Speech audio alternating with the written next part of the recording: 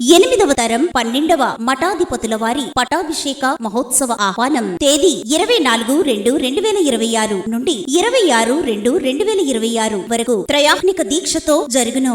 రాజమండ్రి కల్తీ పాల ఘటనలో వివిధ హాస్పిటల్స్ లో 15 మంది బాధితులు చికిత్స పొందుతున్నారు.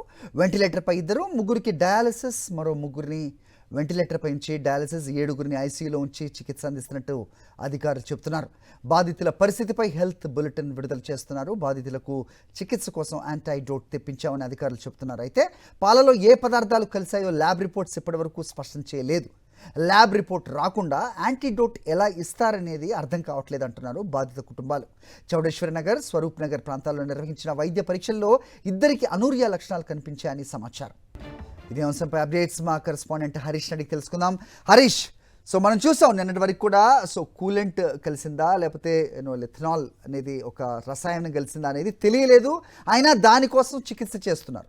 ఈరోజు యాంటీడోట్ ఇస్తున్నారు, అది కూడా ల్యాబ్ రిపోర్ట్స్ రాకుండా అనేది బాధితుల కంప్లైంట్గా చూస్తున్నాం. ఏం జరుగుతుందో అక్కడ అప్డేట్ చెప్పండి. మరి ఏదైతే తూర్పుగోదావరి జిల్లాలో జరిగిన కల్తీ పాల ఘటనకు సంబంధించి బాధితులు ఇంకా చికిత్స పొందుతూనే ఉన్నారు. అందులో చాలామంది పరిస్థితి ఇంకా విషమంగానే ఉంది. రాజమండ్రిలో అయితే కిమ్స్ ఆసుపత్రి, అదేవిధంగా రెయిన్బో ఆసుపత్రిలో 3 చిన్నారులు, ఇంకా చాలామంది వెంటిలేటర్ మీదే ఉన్నారు. ఇంకా మిగిలిన ప్రభుత్వ ఆసుపత్రిలో దాదాపు 15 మంది ఇంకా చికిత్స పొందుతున్నారు. వీరిలో 2 వెంటిలేటర్ మీద ఉన్నారు. అదేవిధంగా 3కి డయాలసిస్ చేస్తున్నారు. మరో 2-3కి అయితే వెంటిలేటర్ మీద నుంచి డయాలసిస్ చేసే పరిస్థితి. ఇంకో 7 మంది అయితే ఐసీయూలో ఉన్నారు. మొత్తానికైతే చాలామంది పరిస్థితి విషమంగానే ఉంది. మరోవైపు దీనికి సంబంధించి యాంటీడోట్ అందుబాటులో ఉంది. దాన్ని ఇతర ప్రాంతాల నుంచి తెప్పించి సిద్ధంగా ఉంచామని అయితే అధికారులు చెప్తున్నారు. మొత్తానికి ఏదైతే సంఘటన జరిగిందో ఇథిలిన్ గ్లైకాల్ కలిసిందని వార్తలు రావడంతో దానికి సంబంధించిన యాంటీడోట్ అయితే తెప్పించడం జరిగింది. దీనికి సంబంధించి ల్యాబ్ రిపోర్ట్ ఏదైతే పంపించారో శాంపిల్స్ని, ఇప్పటిదాకా దానికి సంబంధించిన పూర్తి సమాచారం రాలేదు. ఇథిలిన్ గ్లైకాల్ కలిసిద్దని అధికారికంగా స్పష్టమైన ఇన్ఫర్మేషన్ రాకుండా యాంటీడోట్ ఎలా ఏర్పాటు చేస్తారని కూడా బాధితుల ప్రశ్న అయితే తలెత్తుంది. అయితే యాంటీడోట్ ఇవ్వలేదని సిద్ధం చేసామని మాత్రం అధికారులు చెప్తున్నారు. తెప్పించి రెడీగా ఉంచాము. ఒకవేళ ఇథిలిన్ గ్లైకాల్ కలిసినట్టయితే యాంటీడోట్ ఇప్పించి బాధితులను రక్షించే ఏర్పాటు చేశామని చెప్తున్నారు. ఎంతవరకు ఇది పనిచేస్తుందన్న విషయం మీద కూడా స్పష్టత అయితే లేదు. సిద్ధం చేశామని మాత్రమే చెప్తున్నారు.